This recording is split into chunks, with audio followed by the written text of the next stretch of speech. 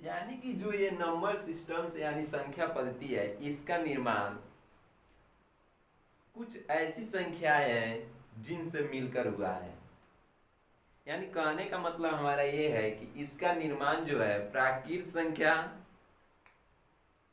पूर्ण संख्या, परिमेय संख्या, अपरिमेय संख्या और पूर्णांक और वास्तविक संख्या से हुआ है। तो हम सबसे पहले जो 6 डिफिनेशन है इनके बारे में जानेंगे, जिससे कि हम इस संख्या पद्धति को समझ सकें। तो चलिए हम पहला अपना इसमें हेडिंग डालते हैं, प्राकृत संख्या। प्राकृत संख्या हमारा पहला हेडिंग रहेगा।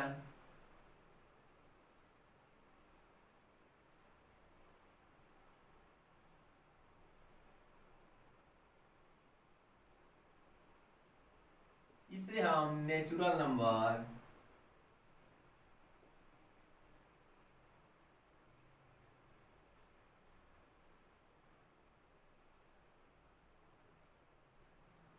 प्राकृत संख्या यानी नेचुरल नंबर, इसे n से प्रदर्शित करते हैं। तो हमारा नेचुरल नंबर यानी प्राकृत संख्या होती क्या है? वैसी संख्या जो 1 से अनंत तक जाए, यानी गिनती की वे सभी संख्याएं जो अनंत तक जाती हो, यानी 1 से लेकर अनंत तक की सभी संख्याओं को हम क्या कहते हैं? प्राकृत संख्या कहते हैं। तो चलिए हम परिभाषा लिख रहे हैं।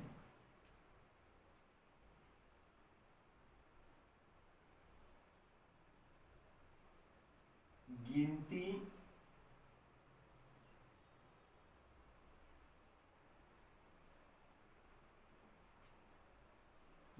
की सभी संख्याओं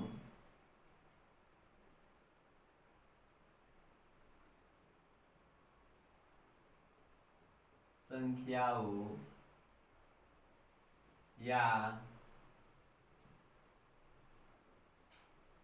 एक से लेकर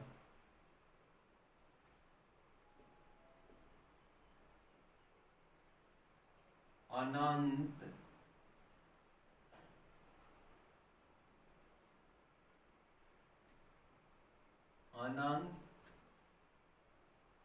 तक की सभी संख्याओं को प्राकृत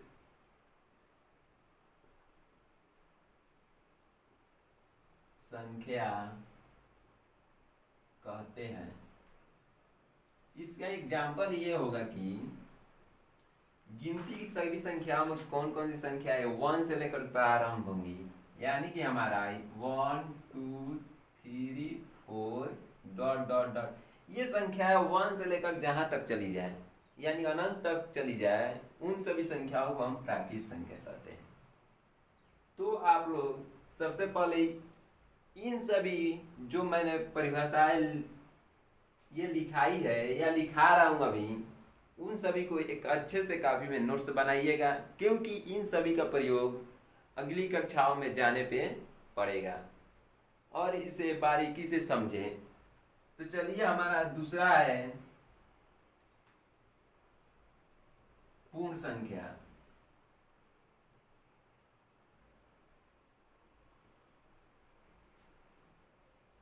पूर्ण संख्या यानी होल नंबर।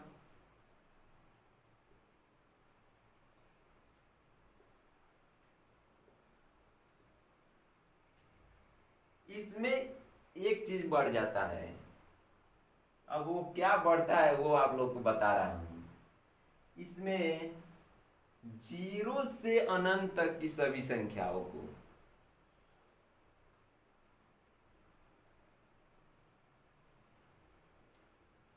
यानी पूर्ण संख्या किसे कहा जाएगा? 0 से अनंत तक की सभी संख्याएं हमारी पूर्ण संख्याएं कहलाती है। 0 से अनंत तक की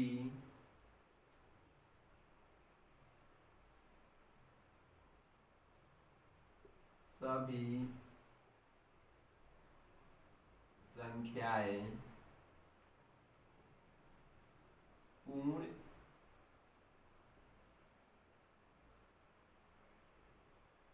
संख्याएं 0 से अनंत तक की सभी संख्याओं को संख्याएं पूर्ण संख्या कहलाती है।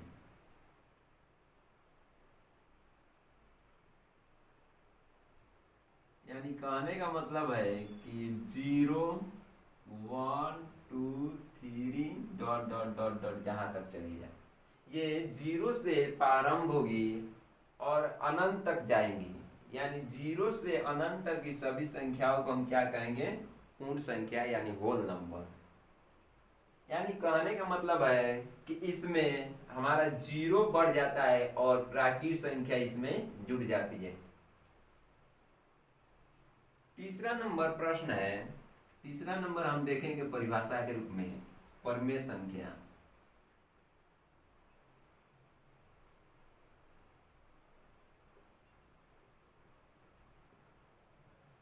Rational number.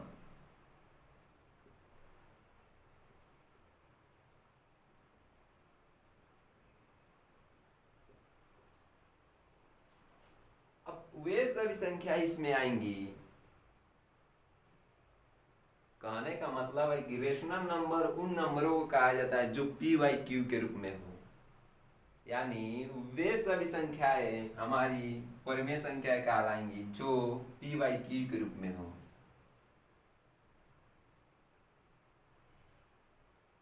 वैसी संख्या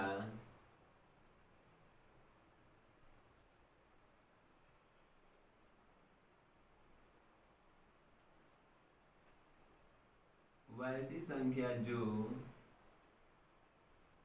पी बाई क्यू के रूप का हो, वह संख्याएं वो संख्याएं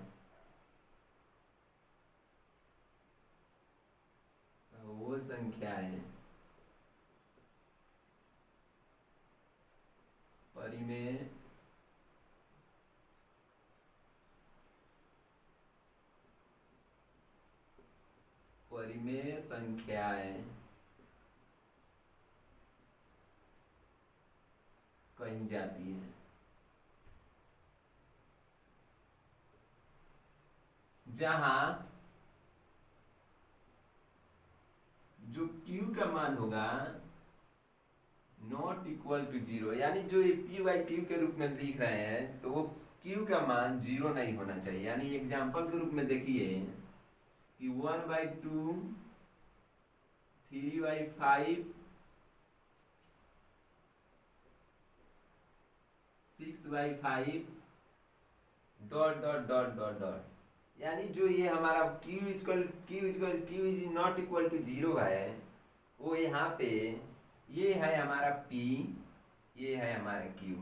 तो यहाँ पे जो Q हमारा 2 है, यहाँ पे 2 की जगह पर 0 नहीं होना चाहिए, नहीं तो ये परिमेय संख्या नहीं होगी। तो चलिए हम अपना चौथा नंबर परिभाषा लिखते हैं और उसके बारे में जानेंगे। तो सबसे पहले इसे नोट कर लें।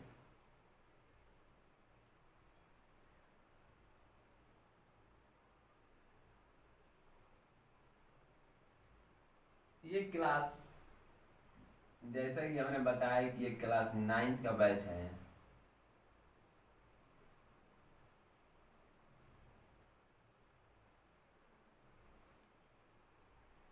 तो चलिए हम आगे बढ़ते हैं और चौथी परिभाषा जो है अपरिमेय संख्या।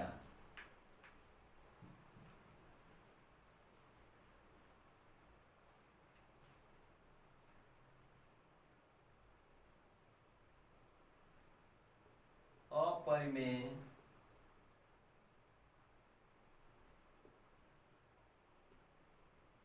संख्या, यानी इसे इरेशनल नंबर कहेंगे।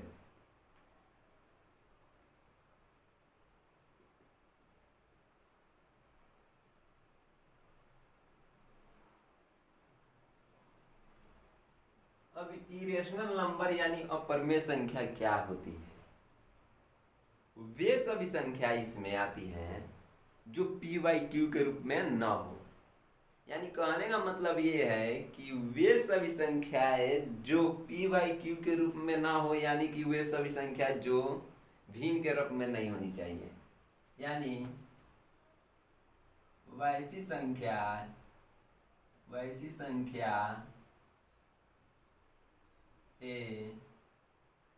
जो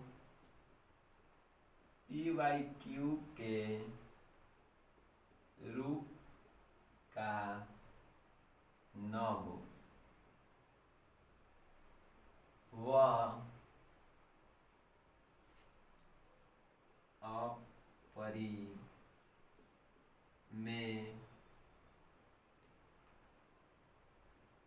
संख्याएं कहीं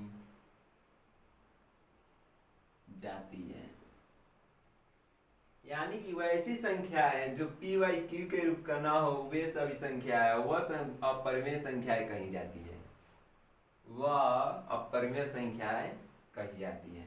यानी अपरिमेय संख्याएं हमारा क्या हो जाएगा? p बाई क्यू के रूप में, यानी भिन्न के रूप में नहीं होना चाहिए। तो हम इसका एग्जाम्पल कड़ी में 2, कड़ी में 3, कड़ी में 5,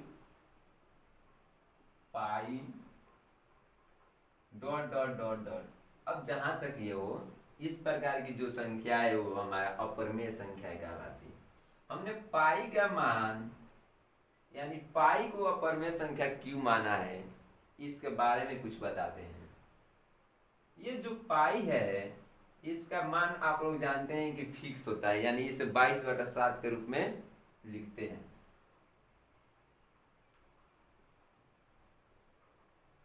क्या ये आप लोगों को मालूम है कि ये जो 22/7 लिखते हैं वो इसका फिक्स मान होता है? क्या ये आप लोग को मालूम है? लेकिन ऐसा नहीं है। इसका पाई का मान 22/7 एक करेक्ट नहीं है।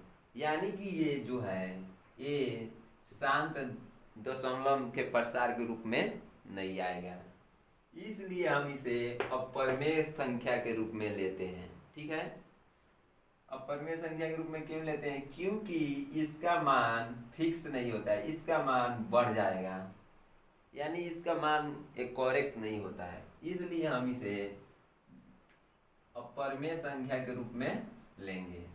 तो चलिए अब हम पूर्णांक संख्या के बारे में बात करते हैं, यानी इंटीजर के बारे में बात करेंगे।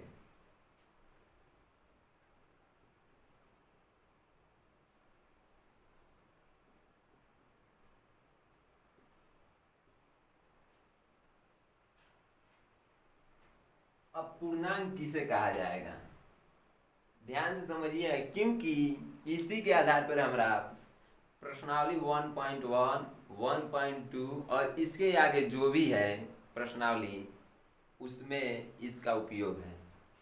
तो पूर्णांक क्या है?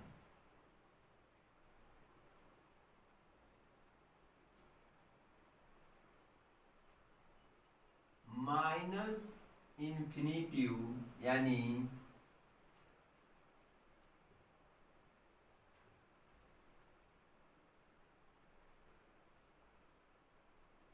माइनस इन्फिनिटिव से लेकर माइनस इन्फिनिटिव से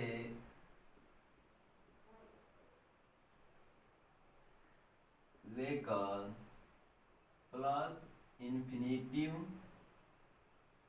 तक की सभी संख्याओं को पूर्णांक कहा जाता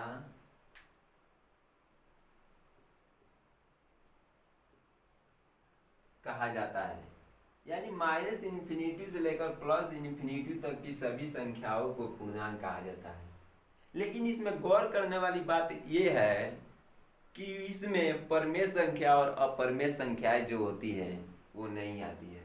यानी कि ये पूर्णांक के रूप में होता है, सिर्फ पूर्णांक के रूप में। इसमें कोई भी भिन्नात्मक और कड़ी वाला मान जो आवर्ती के रूप में होता है और जो परमेय संख्या होती है वो शांत के रूप में होती है, वो दोनों इस पूर्णांक में नहीं आते हैं। यानी नोट करके लिख लीजिएगा, क्योंकि अगला जो प्रश्नावली है उसमें भी इससे रिलेटेड प्रश्न पूछे गए हैं, तो नोट करके लिख लीजिए।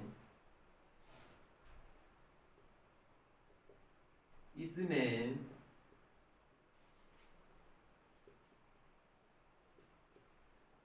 परिमेय व अपरिमेय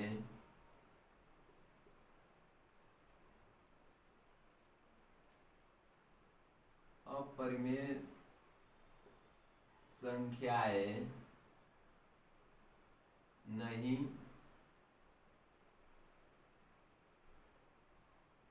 आती हैं। यानी कहने का मतलब ये है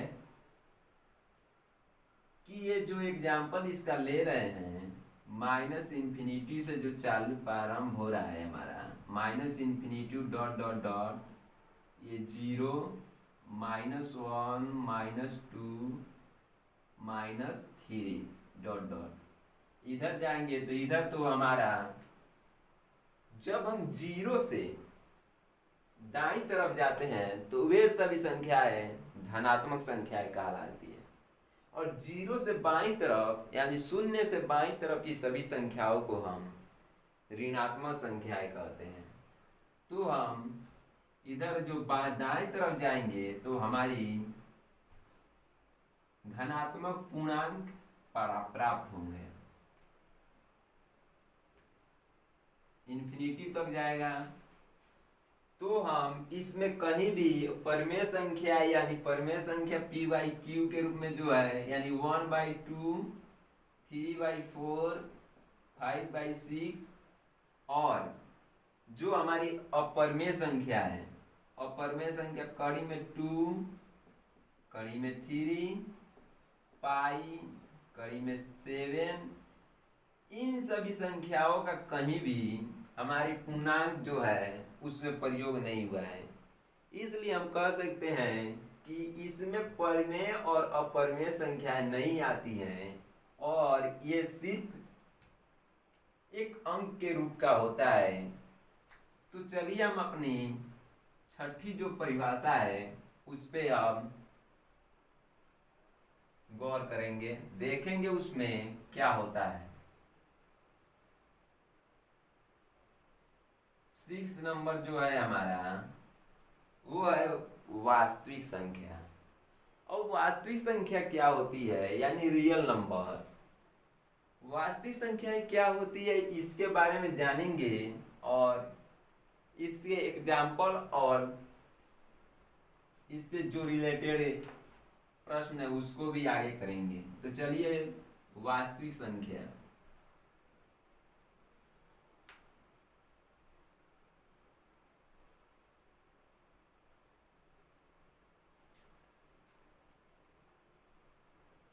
वास्तविक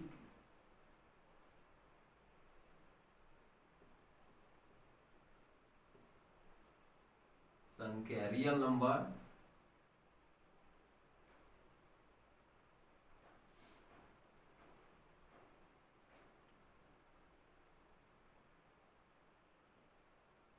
यानी जो रियल नंबर होता है वो अभी माइनस इन्फिनिटी से प्लस इन्फिनिटी तक की सभी संख्याओं को ही वास्तविक संख्या कहते हैं।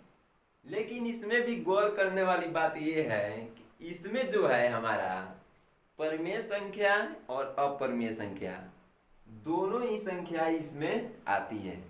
यानी कि हम इसकी परिभाषा लिख सकते हैं, माइनस इन्फिनिटी से लेकर, इसे क्या पढ़ा जाएगा, इन्फिनिटी या अनंत।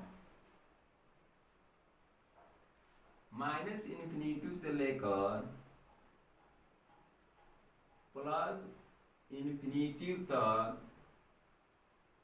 की सभी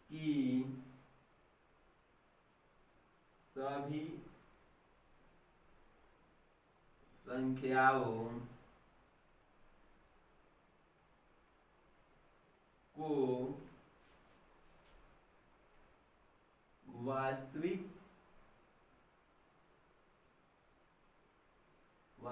संख्याएं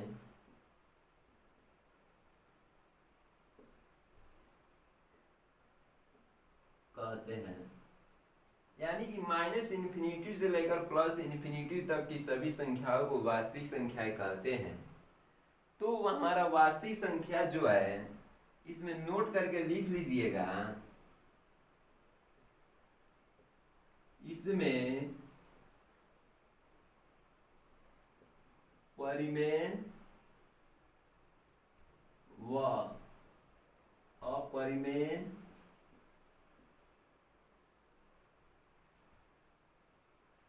संख्याएं दोनों आती है।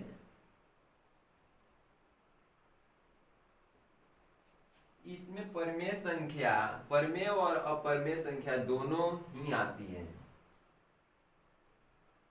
दोनों ही आती है। अब इसका एग्जाम्पल लेंगे तो हम इसमें, ये तो हमारा 0, ये हमारा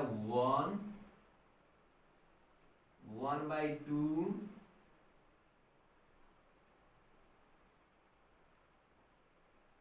कड़ी में 2, 1/2/5, यानी डॉट डॉट डॉट डॉट इधर जितना चले जाए प्लस में। और इधर आएंगे तो -1,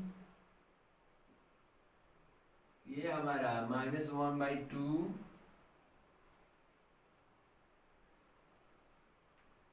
-1, -3/2, माइनस कड़ी में 5, यानी dot dot dot dot minus infinity तक चले जाएंगे। यानी कहने का मतलब ये है कि वास्तविक संख्या माइनस इन्फिनिटी से लेकर प्लस इन्फिनिटी तक की सभी संख्याओं को हम वास्तविक संख्याएं कहते हैं। लेकिन इसमें गौर करने वाली बात यह है कि इसमें परिमेय संख्या और अपरिमेय संख्या दोनों ही आती है। तो यानी परिमेय संख्या जो है हमारा p/q के रूप में हो, उसे हम परिमेय संख्या कहते हैं। तो जितने भी भिन्नात्मक संख्याएं हैं वो हमारा परिमेय संख्या है, और जो हमारे कड़ी वाले मान है वे हमारे अपरिमेय संख्या हैं। तो हम इसका एग्जाम्पल लिख दिए हैं, आप लोग इसे नोट कर लें और हम प्रश्नावली की तरफ बढ़ते हैं और प्रश्नों को हल करेंगे।